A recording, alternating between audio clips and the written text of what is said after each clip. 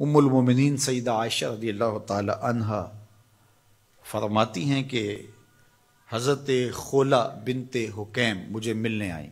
یہ بڑی خوبصورت وجیع الشکل خاتون تھیں اور بہت نفیس طبیعت کی مالکہ تھیں اور خوشبو بہت اچھی لگاتی تھیں اور خوش لباس تھیں، لیکن جب وہ مجھ سے ملیں تو ان کے کپڑے میلے کچیلے تھے، تو مجھے حیرت ہوئی۔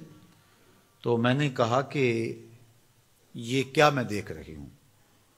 تو اس خاتون نے کہا کہ حضرت عبداللہ ابن رواحہ اور میرے شوہر عثمان بن مظعون رضی اللہ تعالیٰ عنہ اور دیگر کچھ اصحاب نے اپنی راتوں کو عبادت کے لیے مخصوص کر لیا ہے اور دن کو وہ کثرت کے ساتھ روزے رکھتے ہیں اور گوشت نہیں کھاتے۔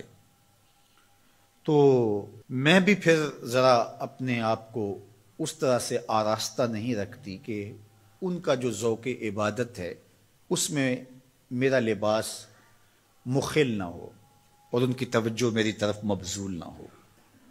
ان کا ایک شوق ہے تو اس شوق میں لگے رہیں۔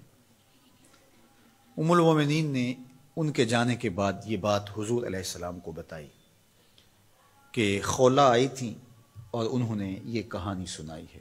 اسی وقت حضور ان صحابہ کے لیے نکلے، وہ جہاں بیٹھے تھے حضور وہاں جا پہنچے، اور حضور اتنی جلدی میں تھے کہ حضور نے اپنے جوتے بائیں ہاتھ کی شہادت والی انگلی میں پکڑ لیے، اور حضور وہاں جب پہنچے تو فرمایا تمہارا کیا معاملہ ہے؟ تو انہوں نے کہا جی ہم رات قیام کرتے ہیں، دن کو روزے سے ہوتے ہیں، گوشت نہیں کھاتے، اس میں ہم خیر کے طالب ہیں۔ تو آقا کریم علیہ السلام نے ارشاد فرمایا کہ تم رات کو قیام بھی کیا کرو اور رات کو سویا بھی کرو، روزہ بھی رکھا کرو اور افطار بھی کیا کرو، کسی دن رکھ لیا کسی دن چھوڑ دیا، اور اسی طرح جو کھانے پینے کے معاملات تھے تو اس میں بھی حضور نے ہدایت فرمائی۔ فرمایا کہ میرے رب نے مجھے سہل دین دیا ہے، یہ آسان دین ہے، یہ مشکل نہیں ہے۔ تو حضور نے فوراً جا کے اس چیز کی، اس امر کی تردید کی کہ یہ کوئی بات نہیں ہے کہ تم اپنے آپ کو مشقت میں ڈالو۔ حضرت عثمان بن مظعون رضی اللہ تعالیٰ عنہ نے حضور سے اجازت طلب بھی کی، دوسرا موقع تھا، چونکہ یہ بہت ہی زہد کا مزاج رکھنے والے صحابی تھے۔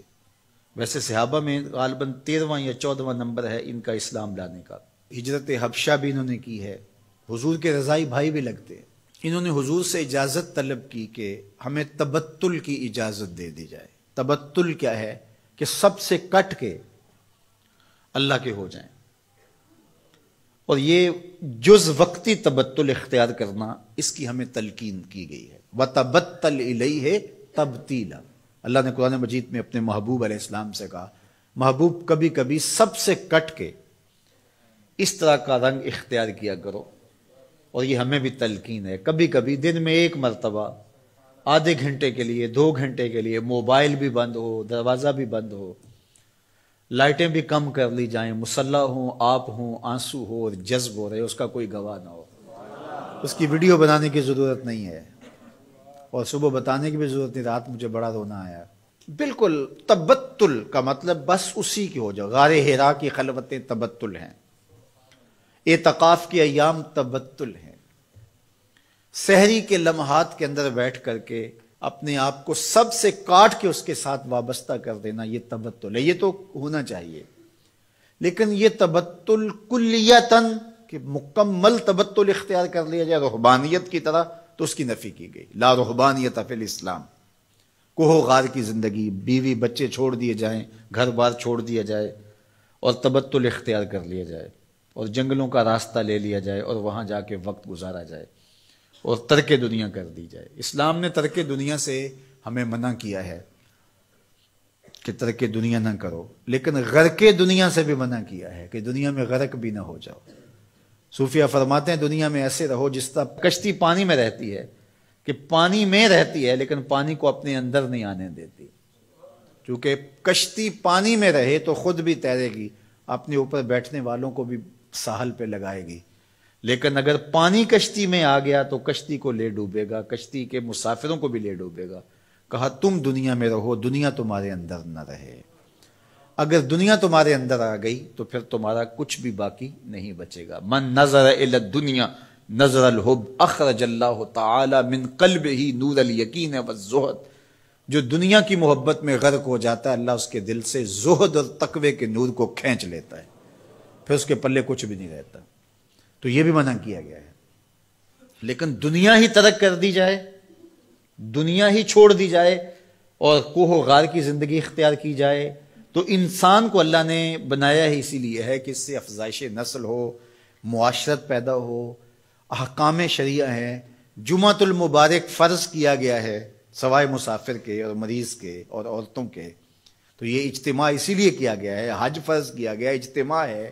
جماعت کا کہا گیا ہے، اکیلے پڑھنے کے بجائے جماعت سے آگے پڑھو۔